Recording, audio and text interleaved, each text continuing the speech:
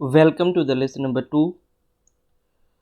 हमने lesson number 1 में पढ़ा था एल्गोरिदम्स के बारे में। तो यहाँ पर एक और एल्गोरिदम हम लोग करके देखते हैं। जैसे अगर हमें टू नंबर्स को ऐड करना है, right, if we have to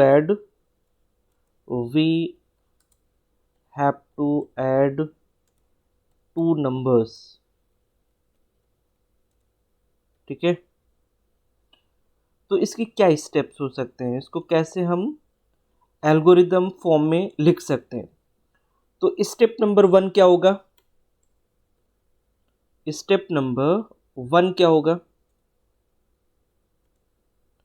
step number 1 होगा, हमें शुरुआत करनी है, मतलब बिगिन, राइट। और फिर अगर हम बात करें स्टेप नंबर 2 की, तो स्टेप नंबर 2 क्या होगा? हमें दो नंबर्स का सम निकाल लेना। तो हमें दो वेरिएबल्स को रीड करना होगा, मतलब read A comma B, right. हमें क्या करना होगा? रीड करना होगा ए कॉमा बी को। फिर उसके बाद में स्टेप नंबर 3 क्या हो सकता है? स्टेप नंबर 3, हमें ए और बी को ऐड करना है और उसे थर्ड वेरिएबल में डालना है, ठीक है। तो जैसे हम लोग क्या कर सकते हैं, C equals to A plus B, right. और फिर हमारा फोर्थ स्टेप क्या हो सकता है? हम सी को राइट कर दें, मतलब लिख दें, डिस्प्ले कर दें। तो हमें क्या करना पड़ेगा? राइट सी। और लास्ट स्टेप हमारा हो जाएगा स्टेप नंबर 5, एंड, राइट। तो अगर मैं बात करूं, अगर हमें इस तरीके के एल्गोरिदम्स निकालने हैं, तो आपको क्या करना पड़ेगा? आपको स्क्रैच से सोचना पड़ेगा, ठीक है। तो जैसे आप स्क्रैच से सोचोगे, आपको ये तरीका पता चल जाएगा कि कैसे हमें इसकी स्टार्टिंग करनी है, राइट। तो ये बहुत ही सिंपल एल्गोरिदम है जिसमें हमें दो नंबर्स को सम करना है, राइट। पहला स्टेप, हमें शुरुआत करनी है, बिगिन करना है। देन हमें दोनों वेरिएबल्स को रीड करना है और फिर दोनों वेरिएबल्स का जो वैल्यू है उसको सम करना है और थर्ड वेरिएबल में डालना है। और फिर थर्ड वेरिएबल को हमें राइट करना है और एंड कर देना है, ठीक है। This is what exactly how we can add two numbers, right. तो इस तरीके से हमारे पास ढेर सारे एग्जाम्पल्स हैं जिनको हम लोग यूज कर सकते हैं यूजिंग एल्गोरिदम, राइट। अब मैं यहाँ पर एल्गोरिदम्स के एडवांटेज की भी बात कर लेता हूँ। What are the advantage of the algorithm, ठीक है। मैं यहाँ पर बात करता हूँ advantage of algorithm. Advantage of algorithm, ठीक है। तो जो पहला एडवांटेज है वो है it is easy to understand. It is easy to understand. It is easy to understand and it facilitates and it facilitates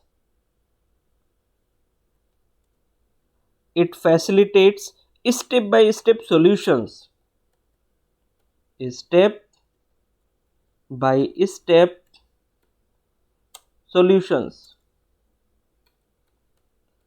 step by step solutions to a given problem, to a given problem, right, problem, okay। तो ये बहुत ही आसान है समझना, और ये step by step solution देता है किसी भी प्रोग्राम का, किसी भी प्रॉब्लम का। ये स्टेप बाय स्टेप सॉल्यूशन देता है, right.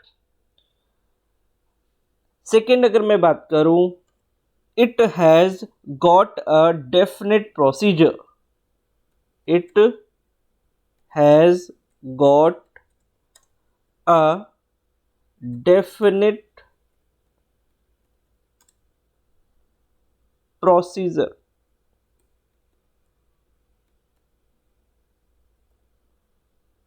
Right, definite.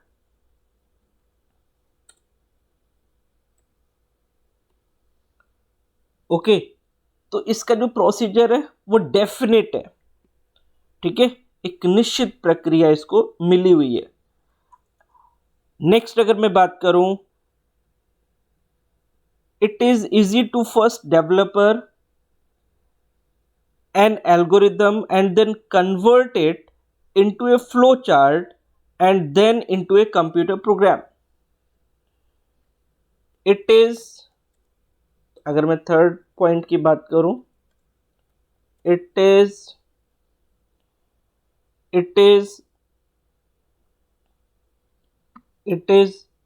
easy, it is easy for a developer, for a developer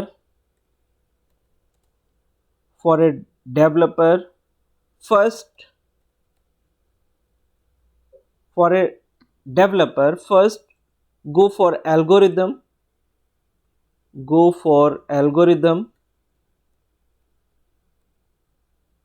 then convert it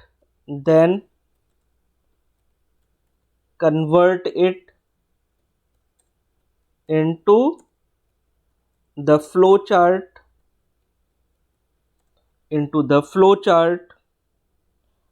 and then into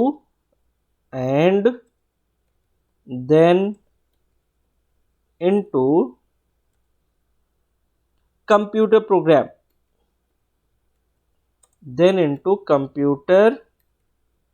program, right.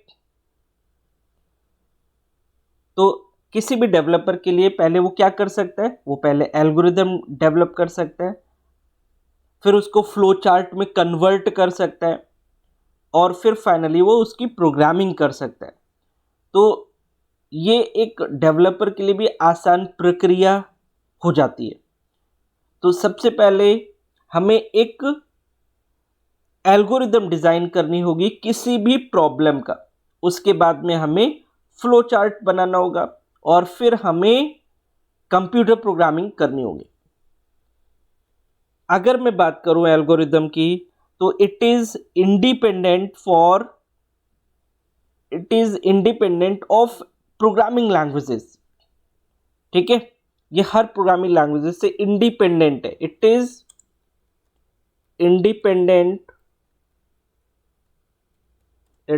Independent of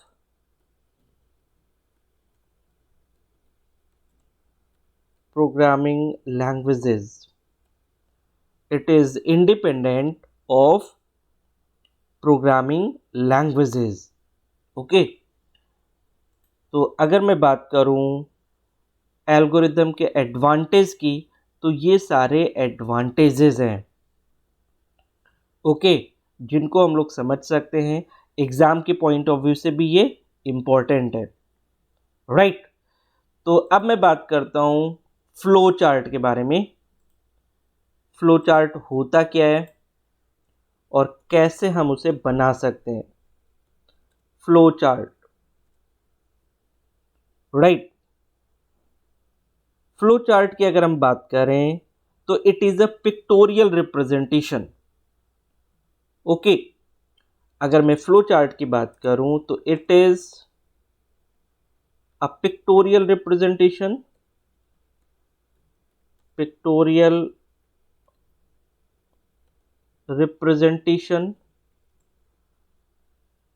representation depicting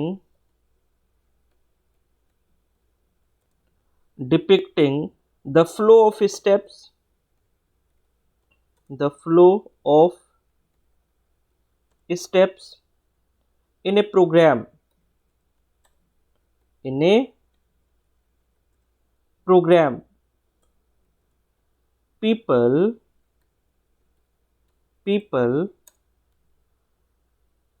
in an organization, in an organization or pages in presentation, or pages in presentation.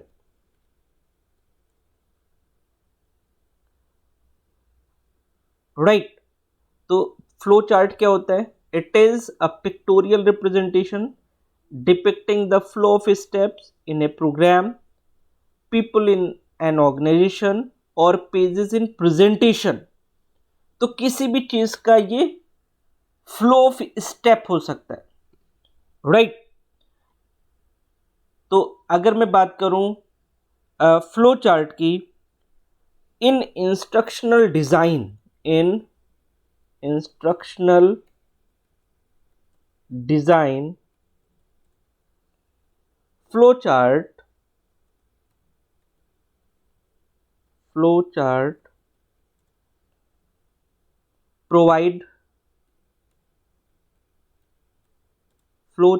provide a bird's eye a bird's eye view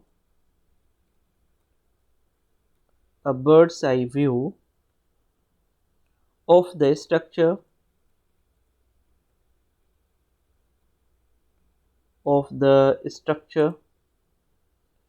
and sequence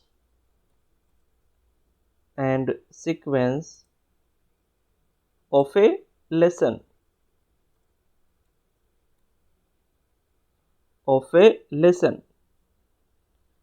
elements are represented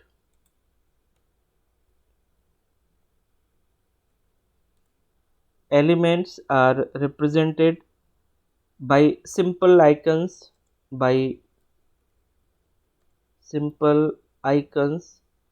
हम लोग element को simple icon से represent करते हैं, जैसे circle हो गया, rectangle हो गया, ठीक है। जैसे अगर मैं बात करूं, हम लोग सर्कल से भी रिप्रेजेंट करते हैं, हम लोग रेक्टेंगल से भी रिप्रेजेंट करते हैं, हम लोग डायमंड शेप से भी रिप्रेजेंट करते हैं, राइट, और अदर शेप्स, ठीक है। अभी हम लोग ये शेप्स के बारे में देखेंगे। with lines and arrow,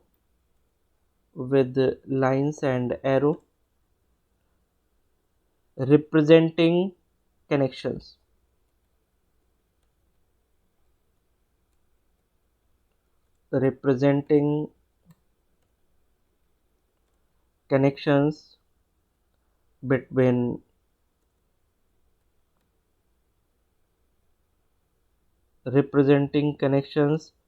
between events,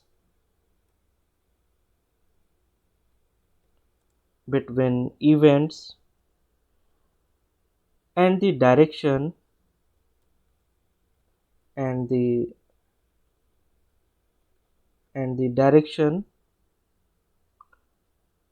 or order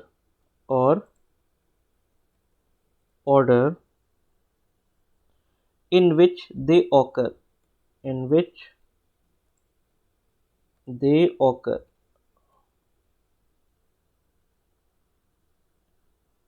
right, in which they occur.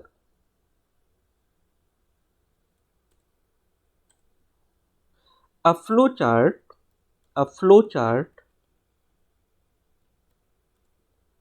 indicates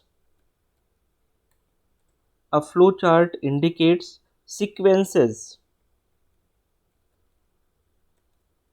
Okay, a flow chart indicates sequences and decision points and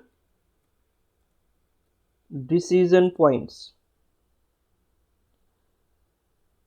as well as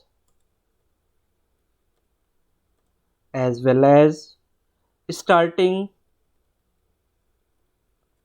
and stopping points as well as starting and stopping points. Since it is easier since it is easier to grasp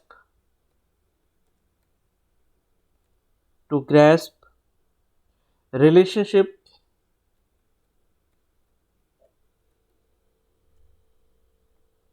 to grasp relationship in in visual form visual form than in verbal description verbal description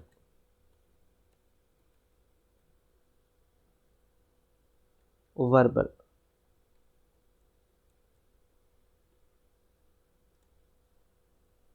right? तो अगर आपको pictorial representation करना है किसी भी problem का तो हम लोग फ्लो चार्ट यूज कर सकते हैं and it is one of the best solution for depicting any problem. Okay, अब हम यहाँ पर बात करेंगे कुछ शेप्स के बारे में जिनको हम लोग को यूज करना है अपने फ्लो चार्ट में। तो सबसे पहले हम लोग टर्मिनल या ओवल शेप यूज कर सकते हैं। ठीक है, सबसे पहले हम लोग कौन सा शेप यूज कर सकते हैं, ओवल शेप या टर्मिनल शेप। तो ये एक शेप होता है जिसको हम लोग कहते हैं ओवल शेप, जिसको हम लोग कहेंगे यहां पर ओवल शेप, ओवल और टर्मिनल। ठीक है, ये बेसिकली किस काम आता है, it is the symbol it is the symbol in flowchart in flowchart used to display the the begin begin and end event and end event। अगर हमें शुरुआत या एंड करना हो तो हम ओवल या टर्मिनल शेप को यूज करेंगे। ठीक है, इट इज यूज्ड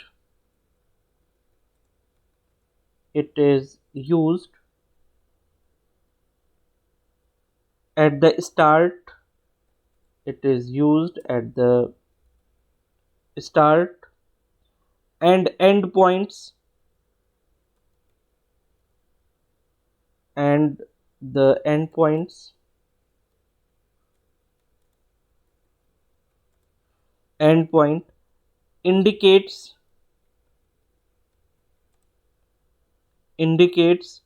program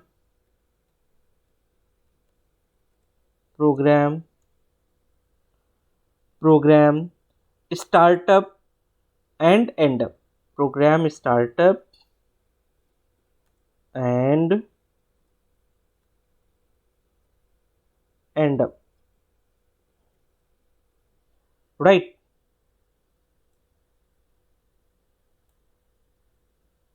तो अगर मैं ओवल शेप की बात करूं तो basically it is the symbol in flow chart use to display the begin and the end events.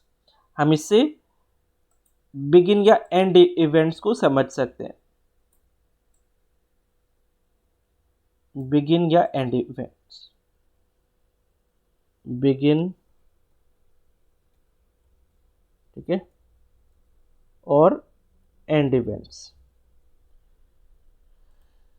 ठीक है। नेक्स्ट जो आता है हमारा इनपुट आउटपुट। हमारा जो नेक्स्ट इवेंट आता है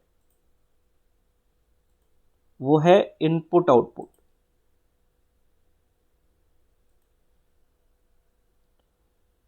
ठीक है। ये हमारा next event,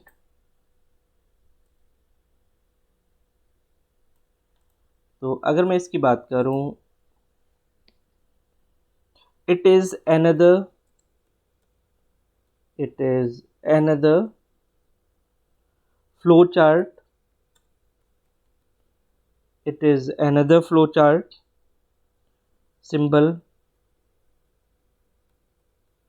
it is another flow chart symbol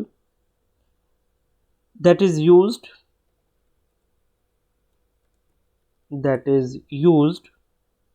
to take input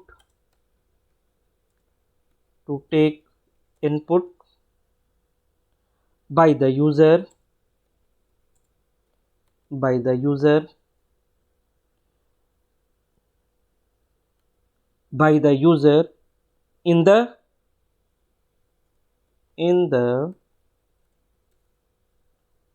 in the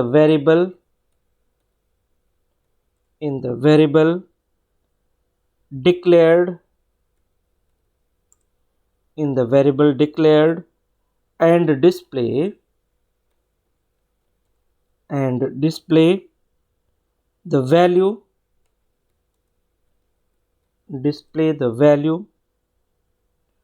of a variable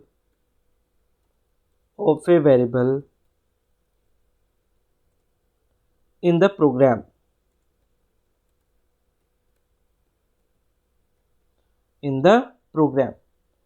तो अगर मैं बात करूं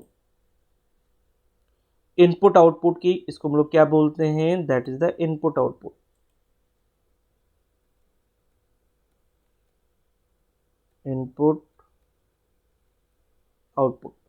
राइट। तो अगर मैं बात करूं इनपुट आउटपुट शेप के बारे में, तो it is another flow chart symbol that is used to take input by the user in the variable declared and display the value of a variable in a program, ठीक है। तो इसका काम होता है वेरिएबल के अंदर वैल्यूज को एक्सेप्ट करना, फिर उसके बाद में वेरिएबल्स की वैल्यू को डिस्प्ले करना, राइट। फिर इसके बाद में आता है प्रोसेसिंग, ठीक है, जिसको हम लोग रेक्टेंगल शो करके डिस्प्ले करते हैं लाइक दिस, ठीक है। इसको हम लोग क्या बोलते हैं, processing,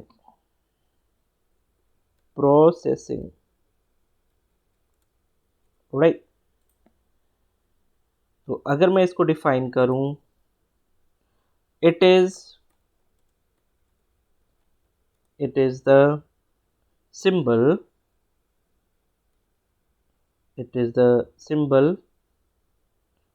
that is used to demonstrate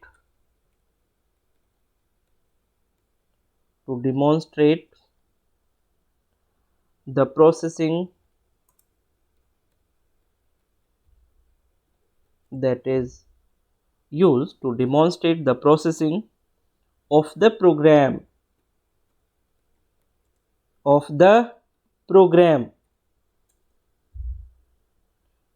in a program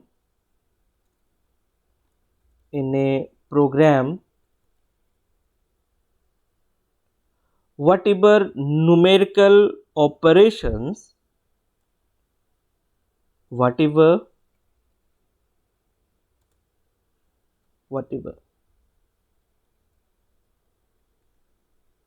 whatever numerical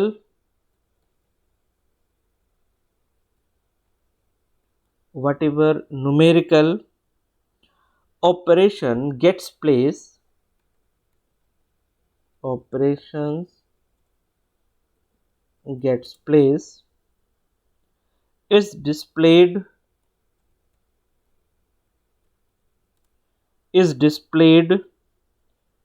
in the very box in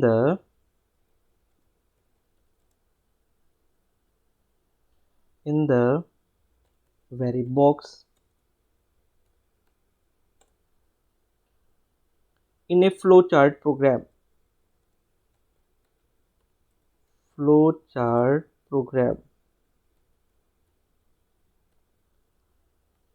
right. तो अगर हमें प्रोसेसिंग करनी है तो हम रेक्टेंगुलर बॉक्स का यूज करेंगे। It is the symbol that is used to demonstrate the processing of the program. ठीक है, जो प्रोग्राम की प्रोसेसिंग है उसको डिमॉन्स्ट्रेट करने के लिए हम लोग रेक्टेंगुलर बॉक्स यूज करते हैं। इन a programme whatever numerical operation gets place is displayed in the very box in the flowchart program। ठीक है, तो वहां पर हम लोग रेक्टेंगुलर बॉक्स यूज करते हैं। फाइन। उसके बाद में आता है डिसीजन बॉक्स। एक हम लोग यूज करते हैं डिसीजन बॉक्स, राइट। तो इसके लिए हम लोग यहां पर देख लेते हैं, अगर हमारे पास कोई इमेज है तो हम लोग उसको यूज कर लेते हैं डिसीजन बॉक्स। ठीक है ना, तो हम लोग उसके लिए डायमंड यूज करेंगे डिसीजन बॉक्स के लिए। ये कुछ ऐसे रहेगा हमारा, और इसमें हम लोग क्या करेंगे, जैसे एरो लगा लेते हैं।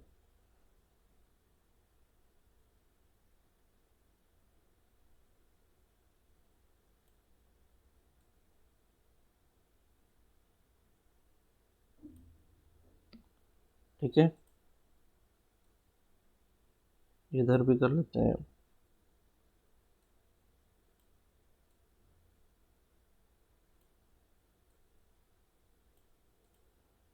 इधर भी कर लेते हैं।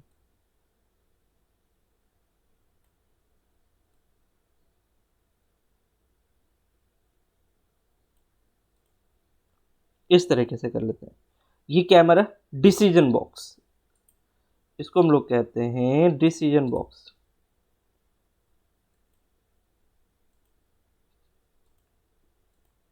क्या कहते हैं, decision box.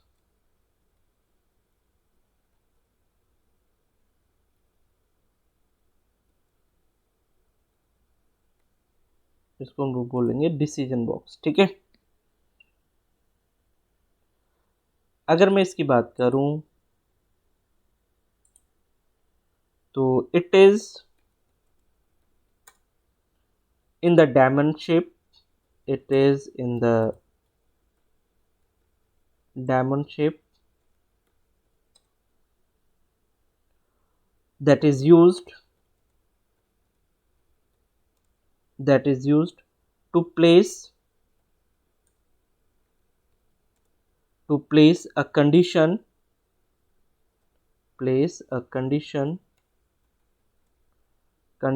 in the program। अगर हमें कोई कंडीशन देनी है तो हम लोग डिसीजन बॉक्स यूज कर सकते हैं। हमें डायमंड शेप बनाना है और इस तरीके से हम उसे यूज कर सकते हैं। It yields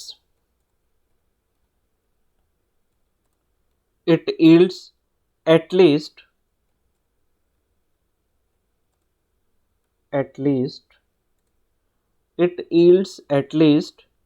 two ways for the program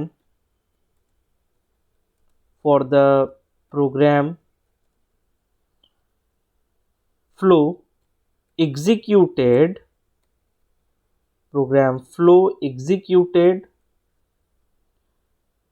as the condition states। condition states. Okay,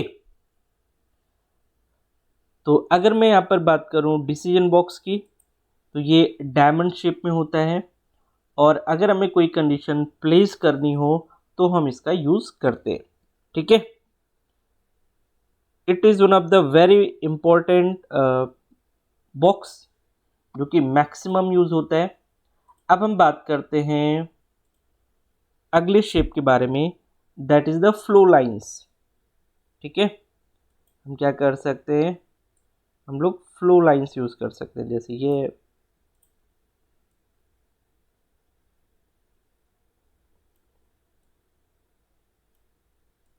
हम लोग फ्लो लाइंस यूज़ कर सकते हैं इस तरीके से।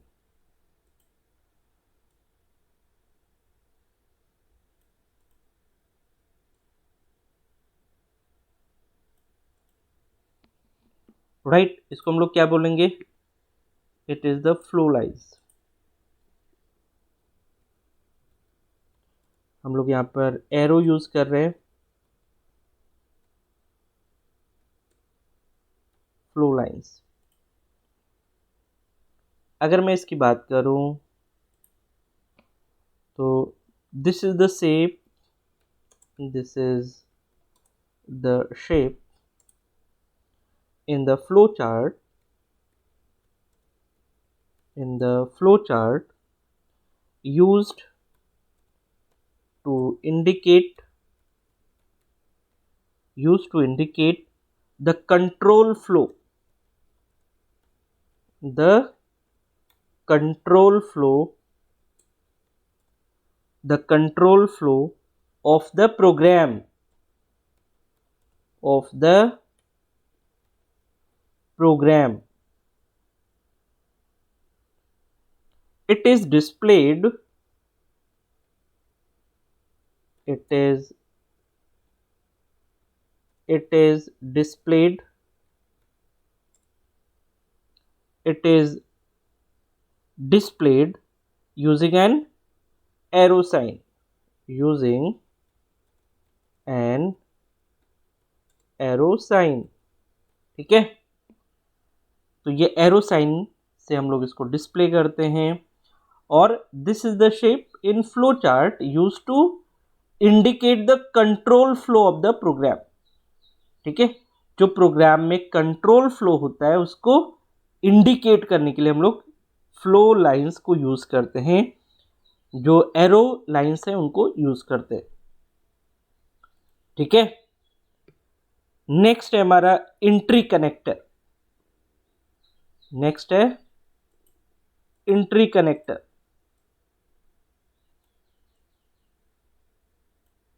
राइट, तो एंट्री कनेक्टर को हम लोग यहाँ पर सर्कल से रिप्रेजेंट करेंगे, that is the entry connector. Entry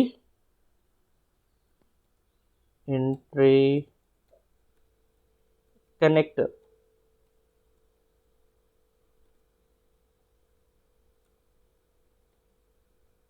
entry connector.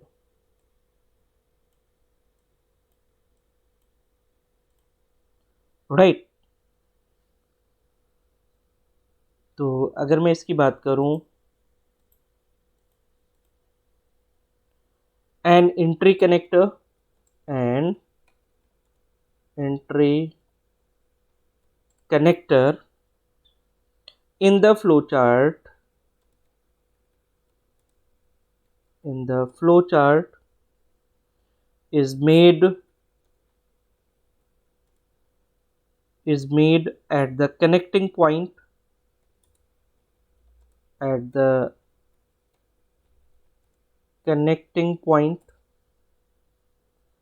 marked.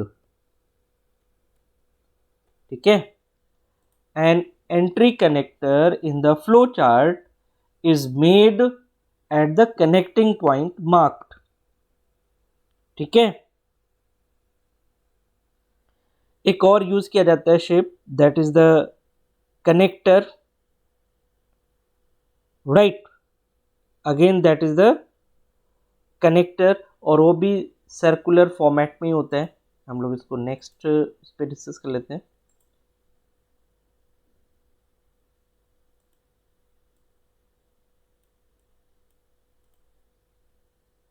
ठीक है,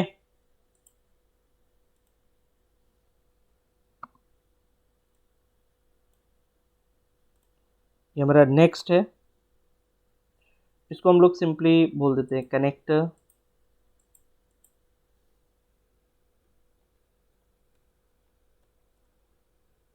connector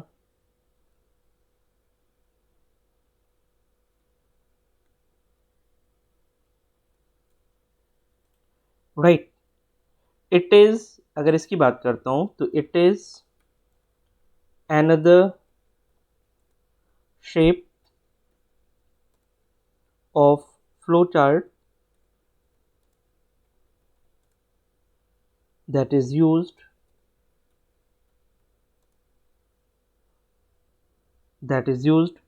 to concatenate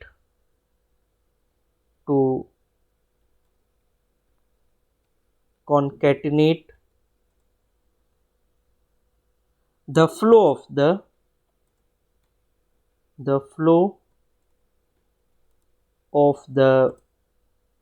program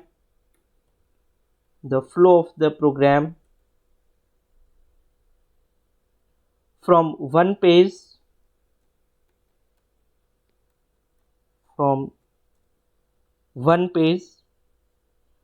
to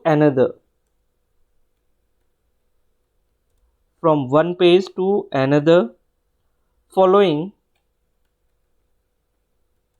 following with a notation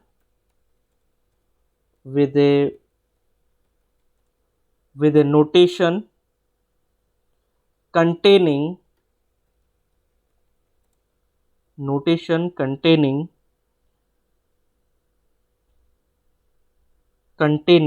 an alias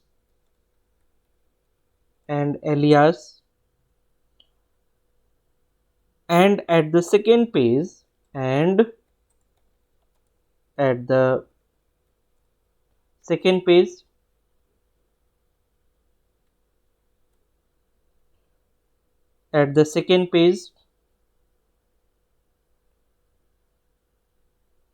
using another connector at the second page using another connector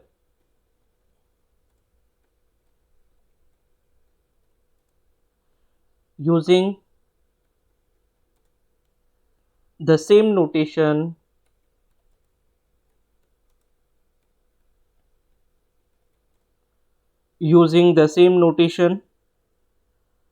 with the same alias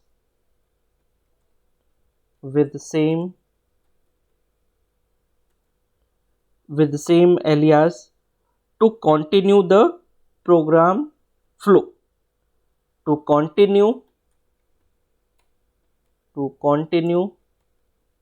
the program flow, right? तो अगर मैं इस connector की बात करूं तो it is another shape of flow chart that is used to concatenate the flow of the program, ठीक है, from one page to another, right. जैसे कि अगर हम कोई भी फ्लो चार्ट बना रहे हैं और वो फ्लो चार्ट बना नेक्स्ट पेज पे जा रहा है, तो हम क्या करेंगे, फर्स्ट पेज और सेकेंड पेज को क्या करेंगे, कॉन्कैटिनेट करेंगे, राइट। तो अगर ऐसा हो रहा है तो हम लोग ये कनेक्टर शेप यूज करेंगे, ठीक है।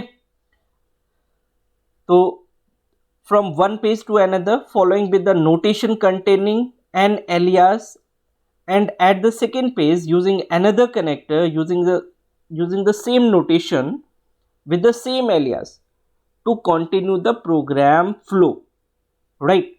तो हम लोग एक पेज से अगर दूसरे पेज पे जा रहे हैं तो ये कनेक्टर यूज कर सकते हैं, राइट, और फ्लो चार्ट को डिस्प्ले कर सकते हैं, डिपिक्ट कर सकते हैं, फाइन।